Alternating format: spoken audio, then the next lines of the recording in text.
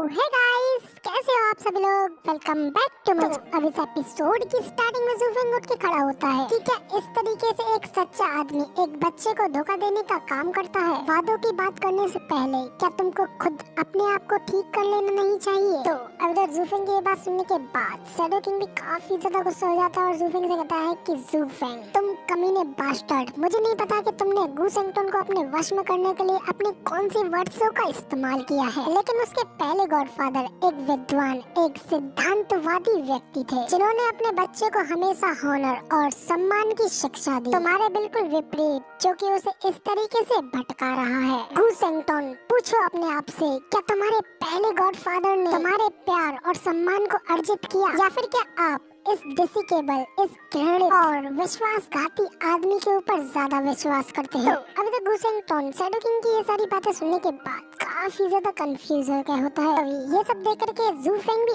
आगे बढ़ता है और गू सेंगटोन के सिर को सहलाते हुए उससे कहता है, चाहे तुम्हारे वो पहले के राइटियस और हॉनरेबल गॉडफादर हो, या फिर तुम्हारा ये वर्तमान का डिसिकेबल और रिपल्सिव गॉडफादर ही क्यों ना हो, हम में से हम दोनों के ही अपने अपने अलग रास्ते हैं, लेकिन हम दोनों के ही बीच एक बात जरूर कॉमन है। वो ये है कि हम दोनों का ही प्यार हमारे यंग सेंग के लिए कभी नहीं बदलेगा। तो अब ज़ूफेंग की बात सुनने के बाद गू सेंगटोन भी काफी ज्यादा खुश हो जाता है। जबकि ये सब देख शैडो किंग एकदम गुस्से में कहता है, ज़ूफेंग, अपनी बकवास करना बंद करो। जबकि इधर दूसरी ओर ज़ूफेंग कहता है कि वो तुम थे, यंग और मासूम सेंजी को लालच देकर और धोखा देकर कमर तोड़ देने वाला प्रॉमिस करवाना। तो क्या एक बच्चे को इस तरीके का प्रॉमिस करवाना, क्या ये चीज तुम्हें एक जेंटलमैन बनाती है? और अब जब तुम खुद एक कोई संत नहीं हो, तो आखिर दूसरों से अपने जैसे व्यवहार करने के बारे में क्यों कहते रहते हो? तो ये सुन शैडो किंग भी कहता है कि ज़ूफेंग, मैं अपने एम्पायर के लिए पूरी तरीके से लॉयल हूँ, और एक तुम्हारे जैसी वी लाइफ के द्वारा की गई निंदा की कोई भी मात्रा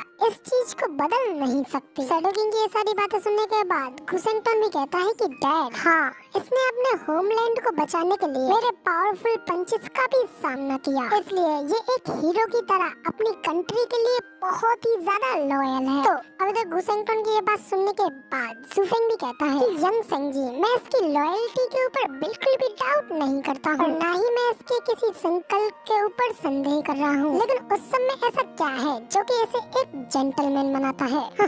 ये क्या एक घटिया मजाक है। इस डाई हर्ट ने इस दुनिया में अपनी लॉयल्टी को प्रेजेंट करने के लिए कई सारे बेहद घिनौने काम भी किए हैं। तो क्या ये इसके लिए लॉयल्टी है? क्या ये बिना किसी शर्म के कह सकता है कि इसकी पीठ अभी भी बिल्कुल स्ट्रेट है? और क्या ये अब भी दूसरों को प्रॉमिस दिलाने के लिए अपने उन्हीं शब्दों का इस्तेमाल कर सकता है? और अगर ऐसी ही बात है तो मैं शैडो किंग सर से कुछ पूछना चाहूँगा, वो कैसे एक बेशरम झूठ का इस्तेमाल करके एक मासूम बच्चे को 300 सालों तक इंपीरियल फैमिली का गुलाम बनाने के लिए अपनी उस झूठी ट्रिक का इस्तेमाल कर सकते हैं। और अब तुम फिर से उसी प्रिंसिपल का इस्तेमाल करके दोबारा आए हो। एक जेंटलमैन व्यक्ति सच में एक ऐसे छोटे से बच्चे को चुनकर इसी तरह अपना काम कराता है। तो अगर ज़ूफेंग की ये सारी बातें सुनने के बाद शैडो किंग भी कुछ देर के लिए ज़ूफेंग की ओर घूर करके देखता है कि आखिर तुम किस बारे में बात कर रहे हो, आखिर इसको किसने ट्रिक किया है? ये मेरे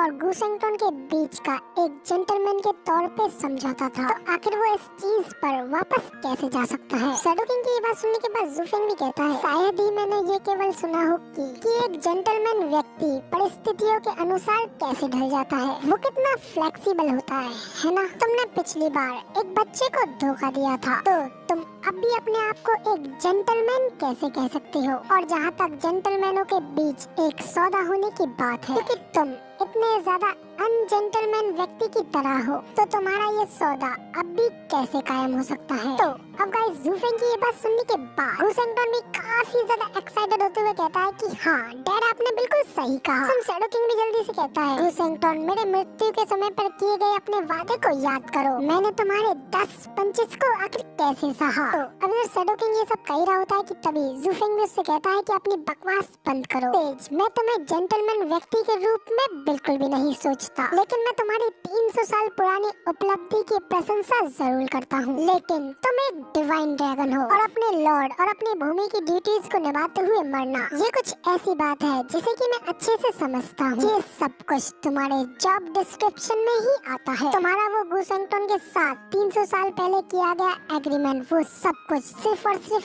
एक ट्रैप था। लेकिन अब तुम फिर से उस समय की घटनाओं को सामने ला करके फिर से यंग सेंजी को बलगड़ा करके पागल बनाने की कोशिश कर रहे हो। आखिर तुमने हिम्मत भी कैसे की फिर से यंग सेंजी जैसे ईमानदार मासूम बच्चे को बांधने के लिए अपनी लॉयल्टी की, अपनी मूर्खतापूर्ण पसंद का उपयोग करने की। तुम एक जेंटलमैन पर्सन कहलाने के बिल्कुल भी लायक नहीं हो। तुम तो एक बिल्कुल ही सेमलेस पर्सन हो। मैंने तो अपने पूरे जीवन में तुम जैसा एक घृणित व्यक्ति कभी नहीं देखा। क्या तुम इस बात को भी भूल गए हो कि अब तुम एक स्प्रिट पपेट बन गए हो? ये बात हमेशा याद रखो कि तुम्हारे जैसा एक मोटे चेहरे वाला एक ऑडिट जिंदा रहने का साहस करता है। शैडो क्रॉप्स का निर्माण करते समय वो विचित्र और विकृत माइंड, क्या तुम अभी भी उन सब के बारे में भूल पाए हो? तो अभी तक जूफेंग की ये सारी कड़वी बातें सुनने के बाद शैडो किंग भी काफी ज्यादा घबरा जाता है और घबराते हुए कहता है कि तुम शैडो किंग इतना कहकर गुस्से में आगे बढ़ने ही लगता है। तभी मिस्टर सीमा उसे रोकते हुए कहते हैं, सीनियर प्लीज थोड़ा शांत हो जाएं,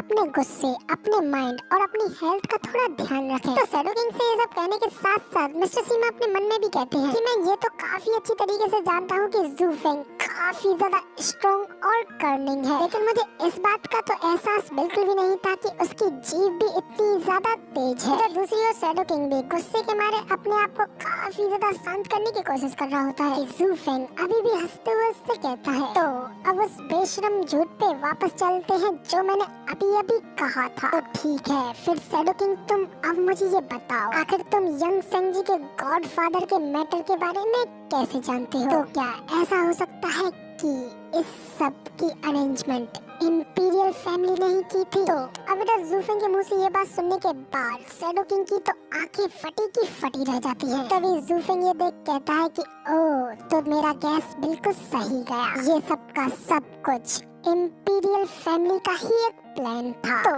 अब तक जूफेंग की बात सुनने के बाद गुसेंगटन भी कहता है कि डैड आप किस बारे में बात कर रहे हैं? जूफेंग कहता है कि यंग सेंजी, मैं ये नहीं जानता कि 300 साल पहले आखिर क्या हुआ था, लेकिन इस सीनियर संत व्यक्ति ने आपको फिर से धोखा देने के लिए अपने उन सुंदर शब्दों का उपयोग करने के प्रयास से अपना ये राज खोल दिया है। तो